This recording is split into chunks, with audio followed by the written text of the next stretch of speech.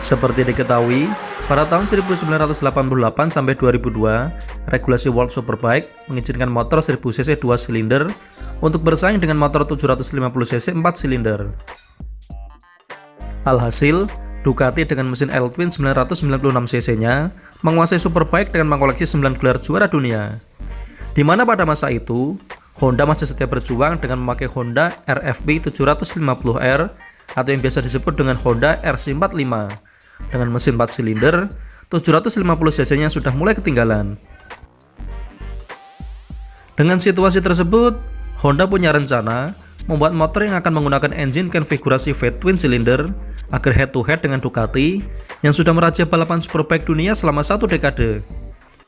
Dan HRC sebagai divisi racingnya Honda bertugas merancang motor V-twin engine yang cepat, ringan, dan stabil seperti motor Ducati. Honda memutuskan menggunakan V-twin 1000 cc supaya power dan torsi bisa sebanding dengan Ducati. Dengan hal ini, diharapkan motor mampu bersaing dengan kompetitornya tersebut pada berbagai situasi dan kondisi sirkuit. Maka terciptalah Honda RC51 atau yang biasa dikenal dengan VTR 1000. Motor ini sengaja diciptakan untuk melawan kedikdayaan motor L-Twin 996 cc dari Ducati di ajang balap World Superbike kala itu. Motor ini juga turut dijual ke pasaran dengan embel-embel Race Ready Superbike dan memiliki harga yang jauh lebih murah dibanding motor Ducati. Generasi pertama VTR 1000 ini diluncurkan pada tahun 2000 dan memiliki nama lengkap VTR 1000 SP1. Motor ini sejatinya merupakan pengembangan dari VTR 1000F Firestorm Superhawk, yakni motor sport half firing yang lebih dulu ada sejak tahun 97 silam. Tim HRC sendiri sebetulnya memiliki slogan kala membangun motor ini untuk mengalahkan Ducati, yaitu, kalau tidak bisa mengalahkan mereka, yakni Ducati, maka lebih baik bergabung dengan mereka. Dalam artian membuat jenis mesin yang sama, yakni pakai mesin V-twin. Kemudian barulah mengalahkan mereka. Strategi inilah yang kemudian dilakukan dan terciptalah VTR 1000 SP1 ini. Dan strategi yang dilakukan Honda ini terbukti jitu dan langsung sukses mengantarkan mereka menjadi juara dunia Superbike di tahun pertamanya memakai Honda VTR 1000 dengan pembalapnya Colin Edwards. Edwards meraih 7 kemenangan podium 1 dalam musim tersebut. Kesuksesan di Superbike juga berdampak pada penjualan motor ini yang banyak diminati. Hal tersebut juga karena harga motornya tergolong terjangkau dibandingkan Superbike milik Ducati, di mana VTR 1000 SP dijual dengan harga $11.999 untuk varian standar dan $15.999 untuk varian tambahan HRC Kit. Sementara Ducati 999R dijual dengan harga $30.000.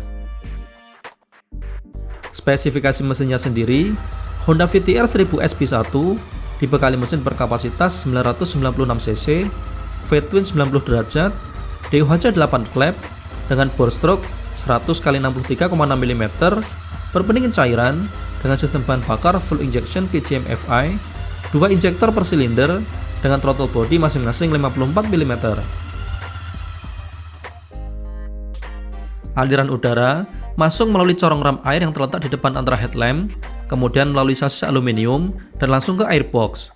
Metode ini membuat mesin mendapat suplai udara bertekanan tinggi ketika motor melaju kencang.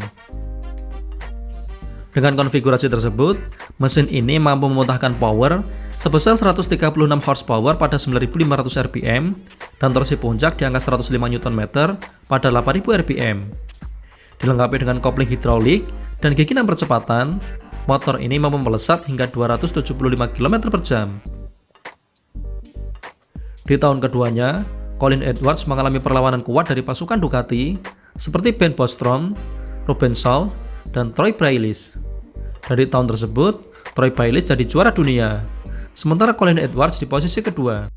Setelah gagal di tahun 2001, tim HRC memperbarui motornya dengan beberapa perubahan, di antaranya area valve yang mengusung profil besar, yakni intake 40 mm dan exhaust 34 mm, spinny sleeve cylinder, keramik coated cylinder block, dan blok mesin bermaterial full magnesium, serta stang piston titanium. Plus penambahan gear driven camshaft yang jauh lebih superior ketimbang chain atau belt yang digunakan pada seterunya dalam hal delivery power, dan namanya berubah menjadi VTR 1000 SP2. Dengan perubahan tersebut, mampu mengatrol powernya mencapai 140 horsepower dan mampu mengurangi bobot motornya hingga 5 kg. Nah, dengan perubahan itu, Honda pun kembali menjuari World Superbike pada tahun 2002, masih dengan pembalapnya Colin Edwards. Menurut Edwards, VTR 1000 SP2 sangat mudah dikendarai, ban belakang yang mengikuti line ban depan, power motor sama dengan Ducati, baik pada lintasan lurus maupun juga di cornering. Namun seiring perubahan regulasi pada Superbike, yang mana kala itu memperbolehkan memakai mesin 1000 cc 4 silinder, Honda pun meninggalkan VTR 1000 SP dan berganti mengembangkan Honda CBR 1000. Bete di rumah terus? Sikat kopi pedes geledek goreng dan doer kuah. Pedesnya gak bosenin, bikin seru, bikin naik. 1000RR. Meskipun begitu, Honda VTR 1000 tetap akan dikenang sebagai motor yang dilahirkan untuk menghancurkan, yakni menghancurkan dominasi rivalnya Ducati dalam ajang balap World Superbike. Dan motor ini pun terbukti berhasil menjalankan tugasnya meski masa baktinya cukup singkat karena berakhir sampai tahun 2006 saja. Dari review para rider yang punya motor ini, menyatakan merasa senang dan puas dengan motornya. Itu berdasarkan nilai dari segi performa, ketahanan, dan juga perawatan. Walaupun kenyamanannya agak sedikit kurang karena posisi duduk model balap, stang jepit underyoke, jok dan footpack yang tinggi, jadi sang rider harus ekstra bungkuk.